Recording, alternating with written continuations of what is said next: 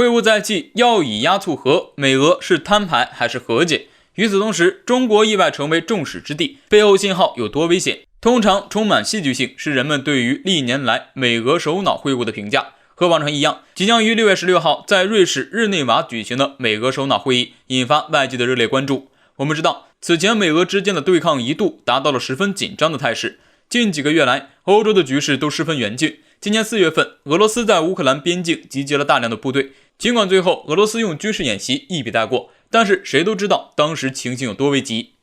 而后，以美国为首的北约举行了一场大规模的军事演习，这也让俄罗斯感受到了空前的压力。显然，在北约不断进行的地缘政治挤压下，俄罗斯的生存形势并不乐观。但是对于美国而言，其无法同时应对中俄两个大国，特别是在中国发展势头一路向好的当下，美国同时对付中俄就更加显得力不从心。从这一角度来看，美国此次突然停下对抗脚步，选择向俄罗斯释放友好信号，似乎是想以压促和，拉拢俄罗斯排挤中国。值得注意的是，就连同美国的盟友们也纷纷释放出这一信号。在美俄即将摊牌的时刻，中国却意外成了众矢之的。日前，据报道介绍称，7国集团峰会将会提出一项全球性的基础建设倡议，用来反制中国提出的一带一路倡议。在美俄即将会晤的大日子前夕，再上演这样一出戏码，很难不让人怀疑拜登背后的真实用心。他们似乎是想借着对中国施压来突出美国对俄罗斯突然释放的友好，从而表达自己愿意和解的诚心。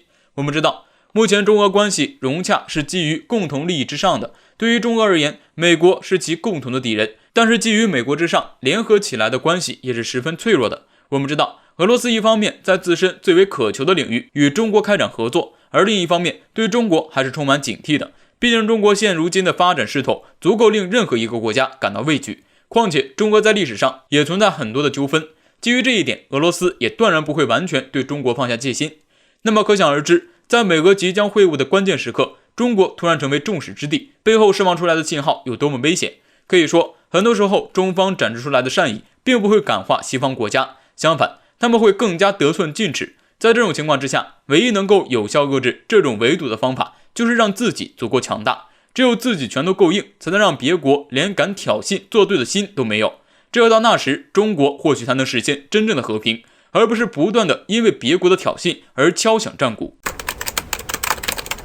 战鼓传来，美近一半潜艇进入战备，向太平洋迅速部署能力得到验证。台海引爆进入倒计时，金灿荣的警告得听。近段时间以来，在中国红线问题上，呈现出了你方唱罢我登场的局面，而美国在这中的挑衅作用自然不用多说。随着中国崛起步伐的加快，美国踩上中国红线的频率也相应加快，不仅接连派遣军舰军机进行挑衅，甚至还经常释放出战争信号。而日澳等近来在中国红线问题上配合美国叫嚣的姿态也绝非偶然。对于日本而言，其是时隔52年再次踩上中国红线问题，表示将会在战时选择直接军事介入协助美军行动。随后澳大利亚方面也做出了类似的表态，可以见得这样的信号似乎是开战前的舆论预演。除此以外，最新消息显示，美军太平洋舰队传出了最新的大动作。据俄罗斯卫星通讯社援引美国海军太平洋舰队的消息称，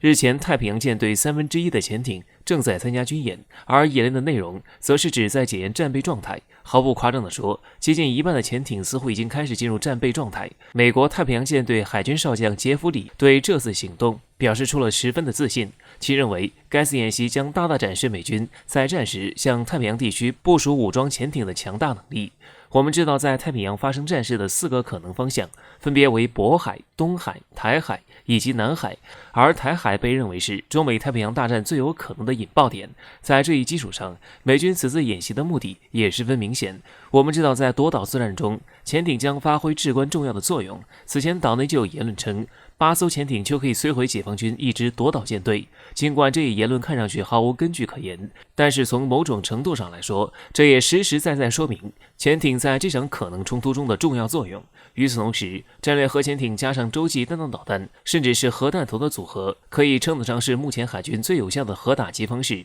不少专家人士认为，这一战略利器足以威胁任何对手。那么这足以见得美军此次检验部署潜艇的能力，意图有多么不轨。看到这里，我们似乎已经不能再简简单单将美军这样的举动归结为挑衅举动。结合美军及其盟友近期在中国红线问题上的挑衅姿态来看，美军这是切切实实的备战举动。从侧面来说，这也似乎证明台海问题确实已经进入了引爆倒计时。正如我国专家金灿荣所警告的那样，那些对霸权主义还抱有幻想的人，被美军这次重拳给打醒了吗？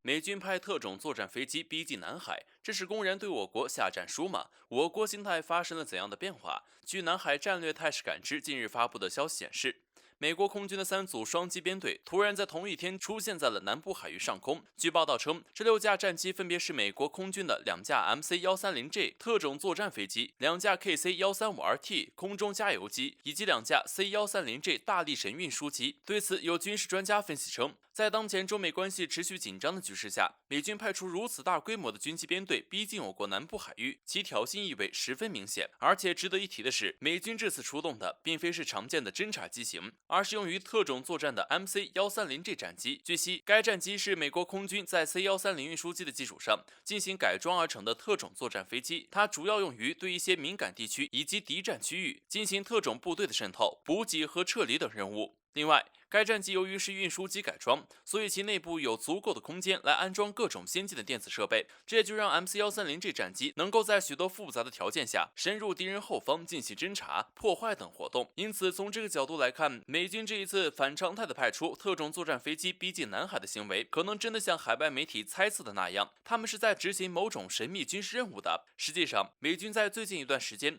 也确实增强了在南部海域的侦察活动。据南海战略态势感知平台提供的数据表明，仅在2021年5月份，美军在南海的上空就进行了72次侦察飞行，这一数据与去年同期仅35次相比，出现了大幅增长。对此，军事专家宋忠平表示，随着中国解放军的军事实力不断提高，美国军方就不得不加大对我军的侦察力度，所以美军的行为是在为战斗做准备，而他们的特种作战机群出现在南海上空，也算是公然在我国下战书了。然而，在美军机频频现身南海的同时，我军也展开了密集的军事行动。近日，解放军南部战区数十架次飞豹战机在南海演练的画面曝光。据悉，本次演练发射了多种类型的实弹数千枚，还针对海上目标进行了精准打击和饱和攻击的演练。除此之外，我军还出动了运20、ER76等16架大型运输机，组成了中国空军巡航编队，在南海上空举行规模浩大的巡航演习，这在南海是史无前例的，也说明中国解放军已经在为远程战斗做准备了。至此，我们可以看到，对于美国的挑衅行为，我国心态已经发生了变化，从最初的外交警告到现在的频繁演习，这足以说明解放军已经深刻意识到能战方能止战。我们从不欺负别人，但也绝不允许被人欺负。在美军步步紧逼的情况下，我们能做的就只有一件事了，那就是放弃幻想，做好随时应战的准备。我们要让美军知道，如果他们再不及时收手，那最后就只能自食恶果了。